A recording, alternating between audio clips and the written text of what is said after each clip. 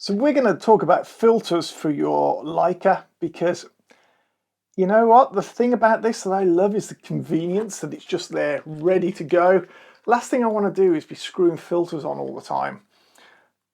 Obviously, I've got a Polar Pro lens hood onto there. There's a previous video, put a link up there to it somewhere, which talks about that. But that being said, what I've discovered and what I'm using currently are earth filters. URTH, not Earth as in planet Earth.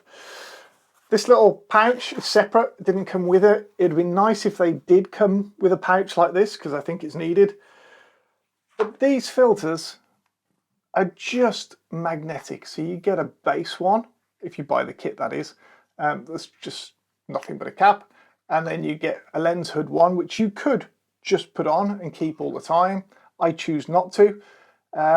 And what have we got into there? So we've got a UV filter one, which actually is threaded, and I've got on here at the moment. So that is on there. And they talk about having the UV one threaded and then sticking whatever filters you want on top, so that you always keep a UV on there to protect your lens, which I think is pretty valid in all fairness. So we've got a circular polarizer, which again, having it magnetic and it just moving around keeps it really thin, because obviously we haven't got to have that extra bit. It's just on magnets, you're just rotating it round on the previous. So that brings in, and again with a Polar Pro, we've still got space to have that on there as well. What else have we got into here?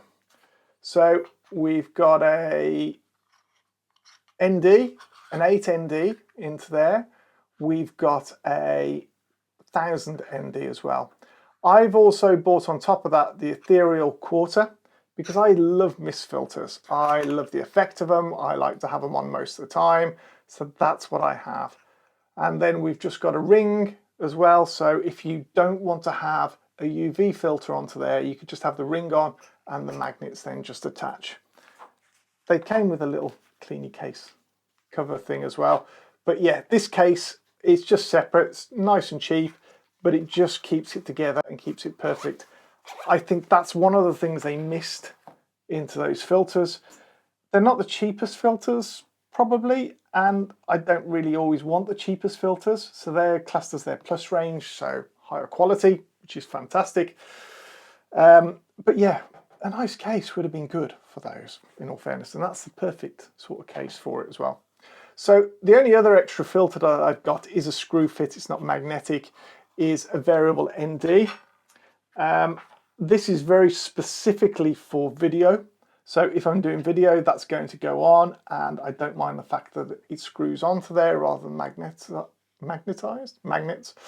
And that's a ND2 to 32. So again, really quite nice. Comes in its own case this time. And although we had cases with those, what we didn't get was a case to handle the whole lot, in all fairness, or else I wouldn't have bought that, would I? So that's my filter system for this. And my phone's going. I really should have. Yeah. Right, sorry about that. So that's it. Really simple. Filters are beautiful. Yeah, they are what they are. I'm sure you could probably pay for some better glass. I haven't noticed any problems, I've got to be honest, and I look at my photos to the nth degree. I've actually used this in commercial shoots lately as well, and I've not had any issues with those filters whatsoever, which is really nice. Yeah, there's going to be a point, I suppose, where things like that are, you're not going to notice a difference. I don't know. Someone else might be able to tell otherwise. Interested to know what filters you've used onto there, whether you've got any other magnet filters or anything else, or whether you just use screw filters. Leave in the comments below. Like and subscribe if you feel like joining in and saying thumbs up for this. I'd really appreciate it. And it'd be good to see you on another video. Look forward to seeing you soon.